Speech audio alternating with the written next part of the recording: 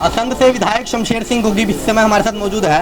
विधायक जी, पूरे देश भर के अंदर नेशनल हाईवे जब बनते हैं वहाँ की जनता खुश होती है, बड़े जश्न मनाए जाते हैं, लेकिन असंध के अंदर ऐसा हो रहा है, व्यापारी लोग खून के आंसू यहाँ पर रो रहे हैं। जिन दुकानों पर उनका रास्ता जाता है लोगों के लिए, जो मार्ग जाते हैं, एक दो नहीं सभी मार्ग बंद कर दिए हैं, बड़े बड़े गड्ढे वहाँ पर खोद दिए गए हैं। रात को ये जेसीबी चलाते हैं, अगले दिन सुबह भूल जाते हैं गड्ढे खोद कर। जितने सीवरेज लाइन है सभी पाट दिए गए हैं। असंध में क्या कुछ हो रहा है? चुनाव के दौरान कहा जाता था कि चौकीदार चोर है और घर घर से चौकीदार भी निकल रहे दूसरी पार्टी की तरफ से। अब ना तो चौकीदार चोर कहने वाले दिख रहे, और जो कहते थे मैं भी चौकीदार, वो आते हैं किसी मंदिर में, धर्मशाला में कार्यकर्ताओं के साथ बातचीत करते हैं। असंध की कोई सुनने वाला नहीं है। क्या चल रहा है असंध में?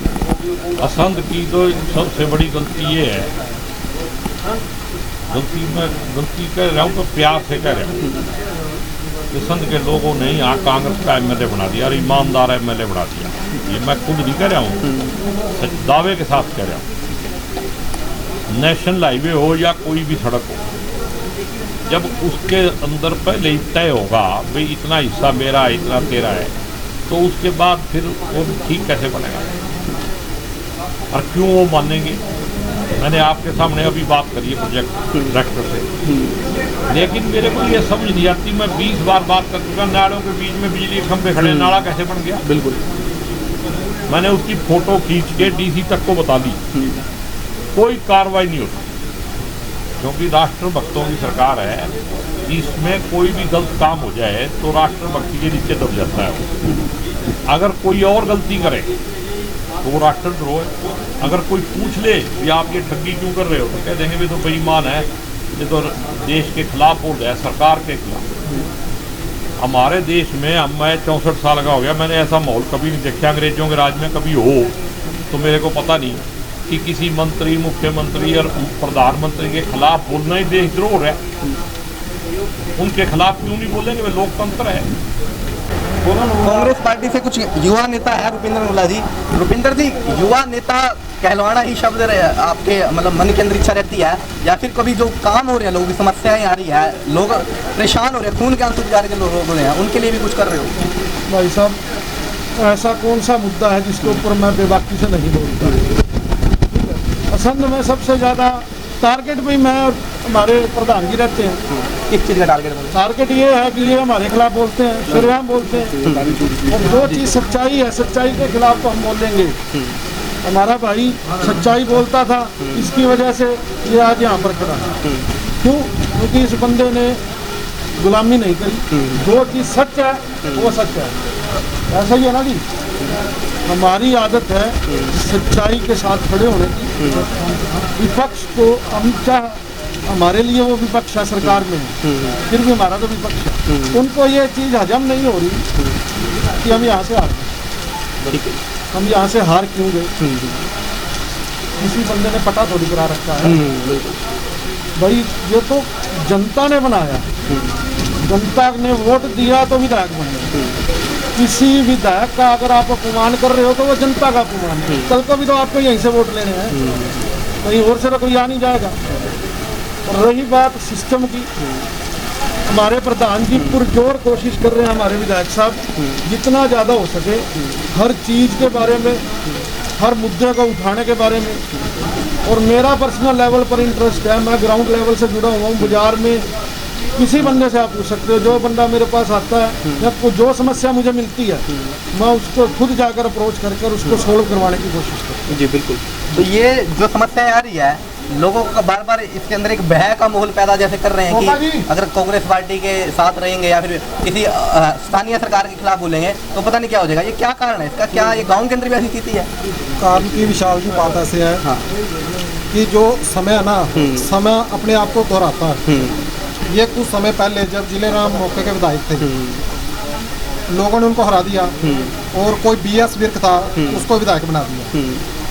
जब भी वो विधायक जो नया बनया काम का उद्घाटन करता, पत्थर लगाता, फीता काटता, और पंडित जिलेराम शर्मा ये कहते ये काम तो मैंने मंजूर करवाया था, शुरू मैंने करवाया। और जो नया कोई BS था, मैं तो जानता नहीं उनको, वो कहता कि देखो एक हारा हुआ आदमी काम कैसे करवा सकता है, विधायक तो मैं हूँ, ये काम तो मैंने शुरू करवाया।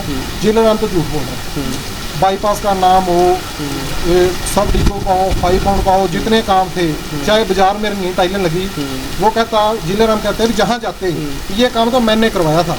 उनके समय मंजूरी हुई क्या? उनके समय मंजूरी, नाम तो उसी का होगा ना, जिसने मंजूर काम शुरू करवाया नाम तो उसी का होगा ना। और ये BS कहता कि नहीं जी नहीं, हारा हुआ तो आदमी काम करवा ही नहीं सकता।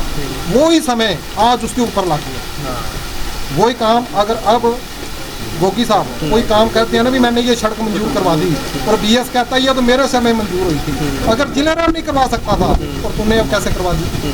ये देखो एक समय बहुत बलवान है, वोटर है जो पब्लिक है बहुत बलवान है, वो यहीं पर सब हिसाब यहीं पर करते हैं।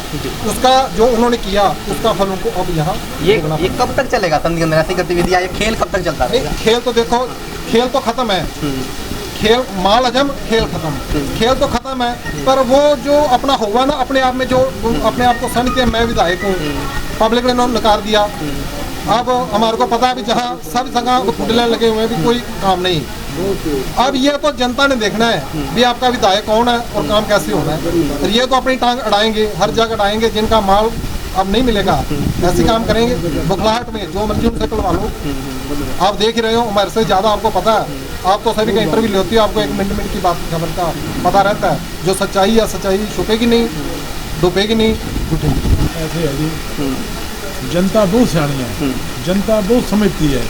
अब हर आदमी चाहे वो मीडिया हो या अखबार हो वो पढ़ता है, पब्लिक को सब पता है भाई कौन MLA और कौन नहीं है। जब जिस आदमी को पब्लिक ने घर बैठा दिया हो, हरा दिया हो, उसका तो अधिकार ही नहीं है कुछ कहना भी मैं MLA या मैंने काम कराया।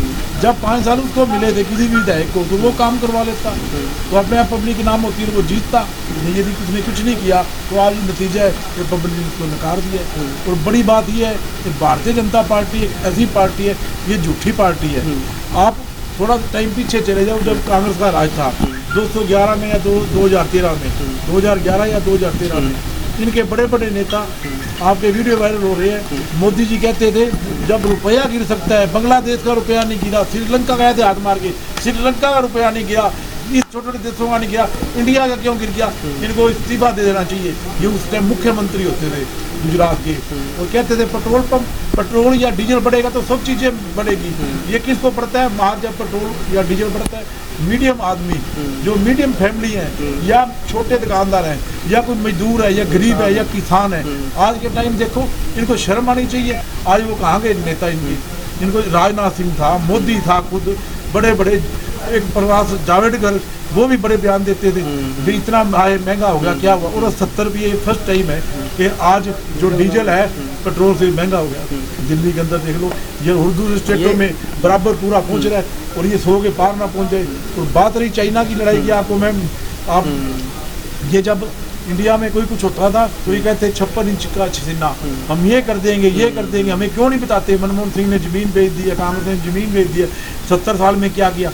अरे अब तो तुम्हारे को बहुमत है, 300 से ज़्यादा सीटें मिली हुई हैं, करो, सारे कांग्रेसी साथ हैं, सारे देश साथ है आपके, आप बोलो आर पार की लड़ाई। वो कह रहे हैं कि हम कर रहे हैं, इससे पूछने के लिए कांग्रेस पार्टी से या फिर कि राहुल गांधी जितेंद्र चोपड़ा है पूछने की आवश्यकता थोड़ी है। वो कह रहे हैं हम कर रहे हैं। अब कर तो रहे, फिर कर क्या रहे हैं ये तो बताए ना, पब्लिक को बताया। आज जब ये कहीं बाहर घूमने जाता है, कुछ होता है तो बस अब बिल्कुल मोहन बाबा हो गए।